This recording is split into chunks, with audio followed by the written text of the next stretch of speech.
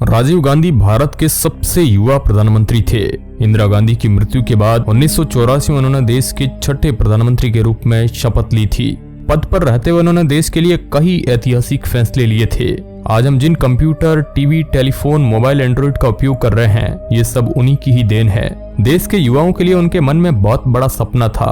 वे देश को अलग पहचान दिलाना चाहते थे, लेकिन शायद कुदरत को कुछ और ही मंजूर था। उनके साथ हुई एक घटना ने उनके सारे सपने तबाह कर दिए। 21 मई 1991 को जब राजीव गांधी तमिलनाडु में एक चुनावी सभा में भाग ले रहे थे, तभी एक महिला जो उनका काल बनकर के आई थी, अपने शरीर में बांधे हुए बम से उन्हें उड़ा देती है।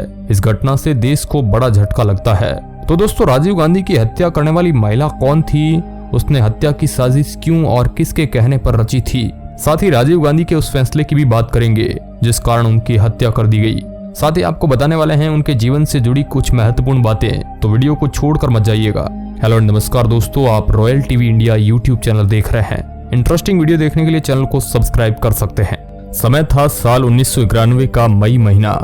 देश में चारों तरफ चुनावी रैलियों की गूंज सुनाई दे रही थी। इधर राजीव गांधी देश के अलग अलग हिस्सों में चुनावी सभाओं का आयोजन कर रहे थे, जिससे कि वे अपने सुनहरे भारत की सोच को हकीकत में बदल सके।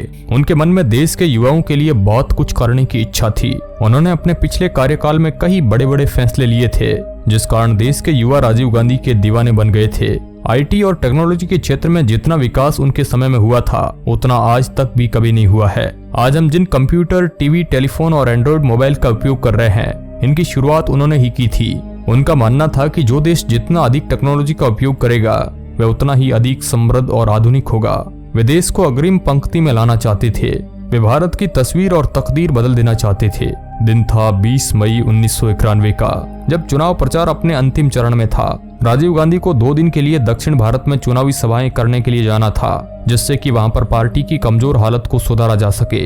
20 मई दोपहर को वह एक चार्टर्ड विमान में बैठ करके रवाना हो जाते हैं। आंखों में सुनहरे भारत का सपना लिए राजीव गांधी निकल पड़े थे। उन्हें भला क्या पता था कि ये चुनावी यात्रा उनके लिए जीवन की अंतिम यात्रा बन जाएगी। उन्हें बिल्कुल भी अंदाजा नहीं था कि वे अब कभी भी वापस दिल्ली लौटकर नहीं आ पाएंगे।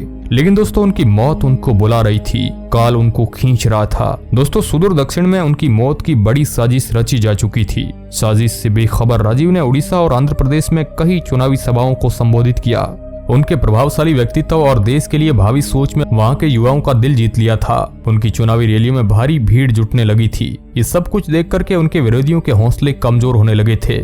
सभी सर्वे राजीव गांधी की पक्की जीत बता रहे थे, लेकिन उनकी तकदीर में तो कुछ और ही लिखा था। किसको पता था कि राजीव प्रधानमंत्री की कुर्सी पर बैठने से पहले ही सब कुछ छोड़कर चले जाएंगे? ऐसा कोई सपने में भी क्यों सोचेगा। दिन था 21 मई 1991 का। जगह थी आंध्र प्रदेश का विशाखापट्टनम। यहाँ से शाम को ठीक 6 बजे राजीव गांधी अपने दौरे की अंतिम चुनावी सभा को संबोधित करने के लिए चेन्नई के लिए रवाना होने ही वाले थे कि अचानक उनके विमान में तकनीकी खराबी आ जाती है। तब राजीव गांधी को लगा कि शायद वह रात उनको विशाखापट्टनम में ही बितानी पड़ेगी, लेकिन उनका काल तो वहां इंतजार कर रहा था। आधे घंटे बाद ही विमान को ठीक कर दिया गया। इस बार राजीव गांधी खुद विमान को चलाते हुए चेन्नई की तरफ रवाना हो जाते हैं। शायद उनके विमान ने उनको संकेत किया था कि उनका आगे जाना ठीक नहीं है। काश उस रात राजीव गांधी विशाखापट्टनम में ही ठहर करके वापस दिल्ली लौट जाते तो उनकी जान बच सकती थी, लेकिन होनी को कौन टाल सकता है। चेन्नई से उनकी चुनावी सभा स्थल 55 किलोमीटर दूर श्री पेरुम्बदूर था। पेरुम्बदूर से इंदिरा गांधी की सहयोगी मार्गन चुनाव लड़ रही थी।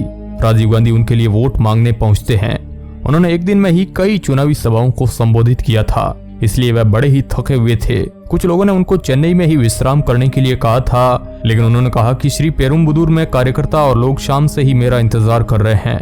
मैं उनका भरोसा नहीं तोड़ सकता। लेकिन उन्हें नहीं पता था कि कार्यकर्ताओं के साथ साथ कोई और भी बेसब्री से उनका इंतजार कर रहा था। वह था उनका काल।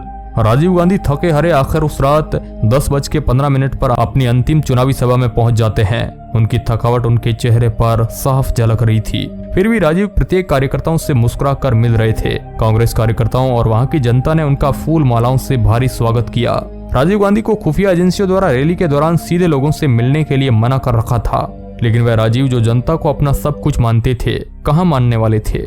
मंच के पास बनी इंदिरा गांधी की प्रतिमा पर फूल चढ़ाकर राजीव गांधी जैसे ही मंच की ओर बढ़ने लगते हैं, उस समय उनकी नजर एक ऐसी महिला पर पड़ती है जो कि हाथ में चंदन की माला लिए उन तक पहुंचने की कोशिश कर रही थी। उन्होंने देखा कि एक महिला पुलिस अधिकारी उस महिला को बार बार रोक रही है। राजीव गांधी ने सिक्योरिटी गार्ड से उस महिला को अंदर आने के लिए कहा।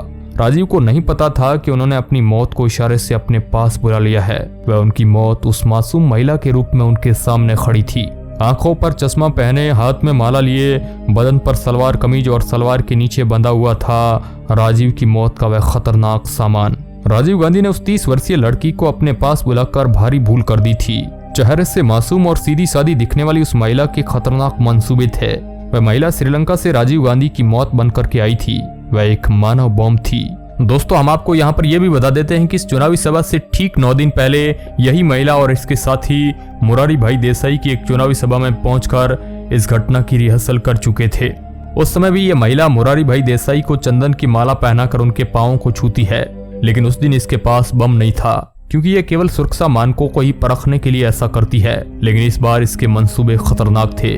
इसकी कमर में खतरनाक बारूद बंधा हुआ था। वह राजीव गांधी को चंदन की माला पहनाकर जैसे ही उनके पांव छूने के लिए नीचे झुकती है तो उनकी पीठ पर लगा बटन दब जाता है और तेज कानों को बहरा कर देने वाला धमाका होता है और पूरा मैदान एक काले धुएं के गुबार में ढक जाता है। लोग घबरा कर इधर उधर भागने लग जाते हैं। किसी को भी कुछ समझ नहीं आ रहा था कि क्या हो रहा है। कहा जाता है कि विस्फोट इतना भीषण था कि राजीव गांधी समेत मंच पर बैठे कई लोग हवा में 20 फीट तक ऊपर उछल गए थे। इस घटना में 18 लोग मारे गए थे। दोस्तों, पेरुम्बदूर की वह दिल दहला देने वाली घटना थी। इसके बाद कुछ ही समय में राजीव गांधी की हत्या की खबर आग की तरह पूरी दुनिया में फैल गई।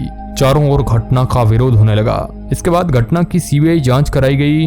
हत्या की साजिश और उसके पीछे का सच भी सामने आ गया। इस भयंकर घटना के बाद राजीव गांधी उस दुनिया में चले गए थे जहां से लौटकर आज तक कोई नहीं आ सका है।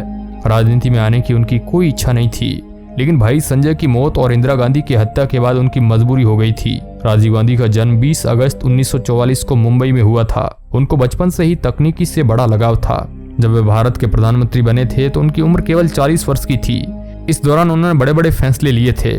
1987 में उन्होंने एक ऐसा फैसला लिया था जिसका बदला उन्हें अपनी जान देकर चुकाना पड़ा था। जानते हैं आखिर क्या था वह फैसला? दोस्तों, श्रीलंका के राष्ट्रपति जयवर्धने ने अपने यहाँ पर चल रहे गृह युद्ध को समाप्त करने के लिए राजीव गांधी से मदद की गुहार लगाई थी। श्रीलंका में रहने वाले तमिल लोग अपने अलग देश की मांग कर रहे थे। जयवर्धने की मांग पर राजीव गांधी ने श्रीलंका में एक शांति सेना भेजने का फैसला कर लिया। इस फैसले से तमिल लोगों की अलग देश की मांग पूरी न हो सकी। उनकी सारी उम्मीदों पर पानी फिर जाता है। इसके बाद लिट्ठे संगठन के प्रमुख प्रभाकरन राजीव गांधी की हत्या करने की योजना बनाना शुरू कर देता है। आखिर 21 मई 1991 के दिन उसने अपनी भयंकर साजिश को अंजाम दे डाला। शांति सेना भेजकर राजीव गांधी का मकसद किसी को नुकसान पहुंचाना नहीं था, बल्कि पड़ोसी के नाते पड़ोसी की मदद करना था। लेकिन इस एक फैसले के कारण भारत हमेशा हमेशा के लिए एक युवा कर्मठ प्रधानमंत्री खो देता है, जिसको देश आज भी नहीं भूल पाया है। अब दोस्तों, इस मुद्दे पर आप क्या सोचते हैं हमें कमेंट के माध्यम से जरूर बताएं। और इस तरह की इंटरेस्टिंग वीडियो देखने के लिए आप royal TV India YouTube channel को सब्सक्राइब कर सकते हैं। धन्यवाद।